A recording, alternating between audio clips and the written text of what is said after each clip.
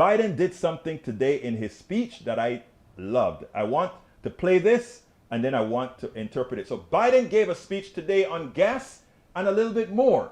But if anyone listened between the lines, there was a very important message. Check it out.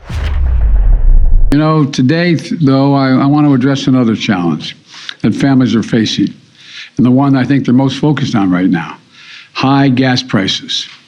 This is a problem, not just here in the United States, but around the world. The price of gasoline has reached record levels recently in Europe and in Asia. In France, at the end of last month, it reached about $7 per gallon. In Japan, it's about $5.50 per gallon, the highest it's been in years. Of course, it's always painful when gas prices spike.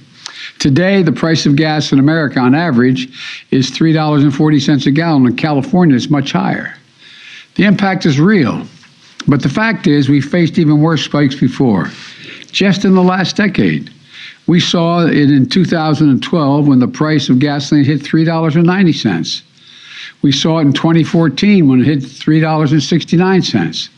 And as recently as 2019, we saw it surpass $3 in many places. The fact is, we always get through those spikes, but we're going to get through this one as well, and hopefully faster. But it doesn't mean we should just stand by idly and wait for prices to drop on their own. Instead, we're taking action.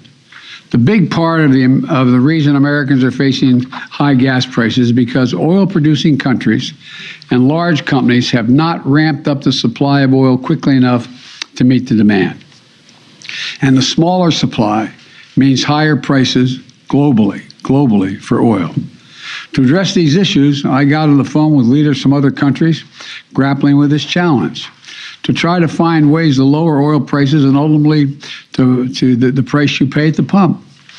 So today I'm announcing that the largest ever release from the U.S. Strategic Petroleum Reserve to help provide the supply we need as we recover from this pandemic. In addition, I brought together other nations to contribute to the solution. India, Japan, the Republic of Korea, and the United Kingdom have agreed to release additional oil from their reserves, and China may do more as well. This coordinated action will help us deal with the lack of supply, which in turn helps ease prices. The bottom line, today we're launching a major effort to moderate the price of oil, an effort that will span the globe in its reach and ultimately reach your corner gas station, God willing. I've worked hard these past few weeks in calls and meetings with foreign leaders, policymakers, to put together the building blocks for today's global announcement. And while our combined actions will not solve the problem of high gas prices overnight, it will make a difference. It will take time, but before long, you should see the price of gas drop where you fill up your tank. And in the longer term, we will reduce our reliance on oil as we shift to clean energy. But right now, I will do what needs to be done to reduce the price you pay at the pump. From the middle class and working families that are spending much too much, and it's a strain, and you're the reason I was sent here to look out for you. There's another issue that I will be addressing as well, because the fact is the price of oil was already dropping prior to this announcement, and many suggest in anticipation of the announcement. The price of gasoline in the wholesale market has fallen by about 10% over the last few weeks, but the price of the pump hasn't budged a penny.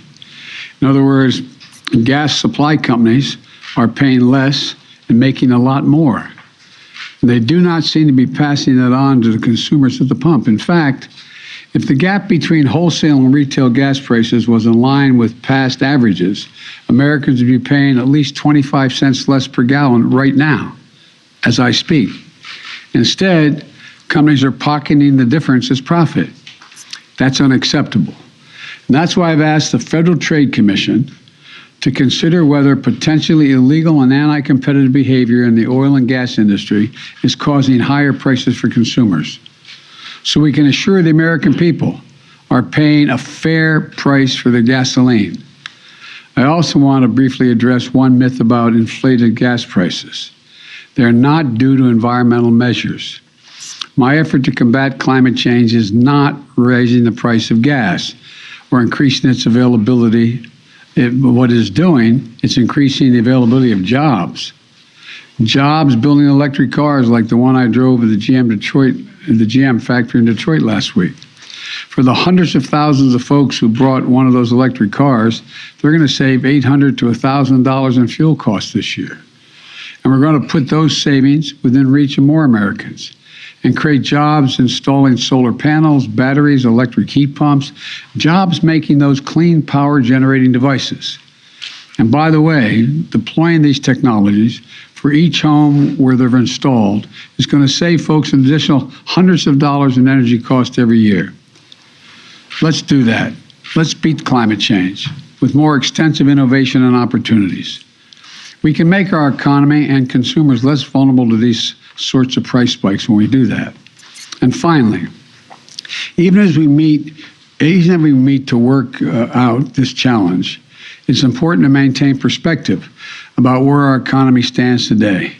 The fact is, America has a lot to be proud of. We're experiencing the strongest economic recovery in the world.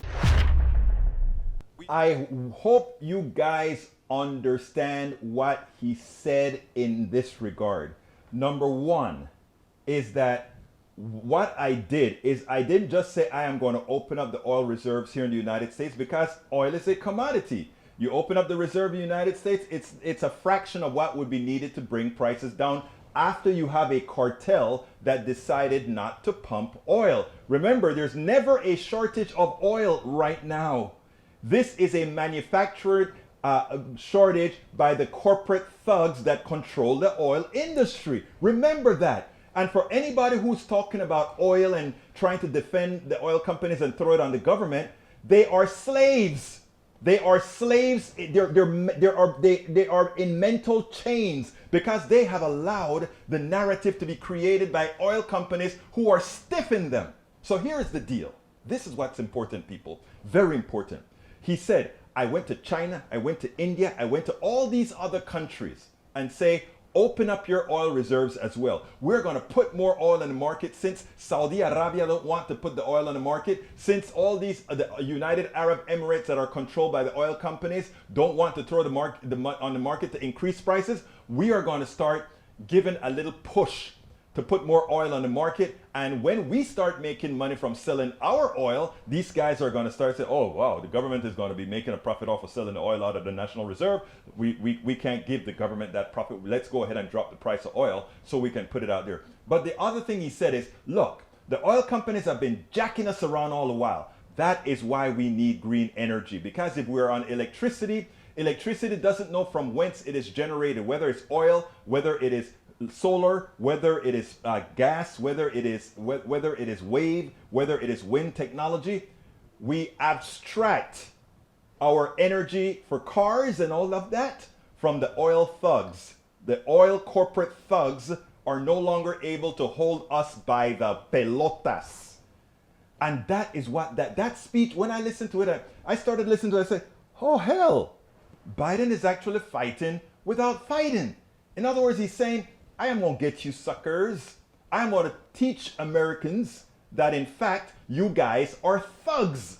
You are, and then he says, I'm going to investigate you now, because how can the barrel of oils continue to drop and you don't change it at the pump? You're profiteering corporate thugs. You're no different than that petty thief. No, actually, you're a lot worse than that petty thief that goes into the 7-Eleven or the store and steal a dime or whatever. You are thugs. You are killing people. It's just like the video I showed you yesterday. It costs $6 to make a vial of insulin and they sell it for $300. Thugs, they're killing people with a smile and a tie. And then you get somebody who goes and steal a chocolate or steal a piece of gum, and you want to throw them in jail? The people that belong in jail are the thugs that are getting a lot of people killed from medicine. And that's why I say we need to nationalize energy, nationalize healthcare, and we leave free enterprise for the areas that aren't essential, absolutely essential for humanity. And when we learn about those concepts about humanity, then we can actually change that.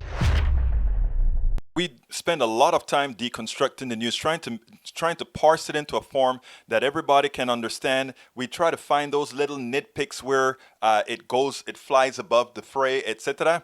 If you really like these videos that we do, I want to ask a big favor. Please go ahead, number one, subscribe to our channel, and number two, please join if you can. Thank you so kindly for watching. Keep watching. Please remember to share. We must populate the entire internet with our progressive message, a message that we know is what most Americans say that they want. So help us, please join.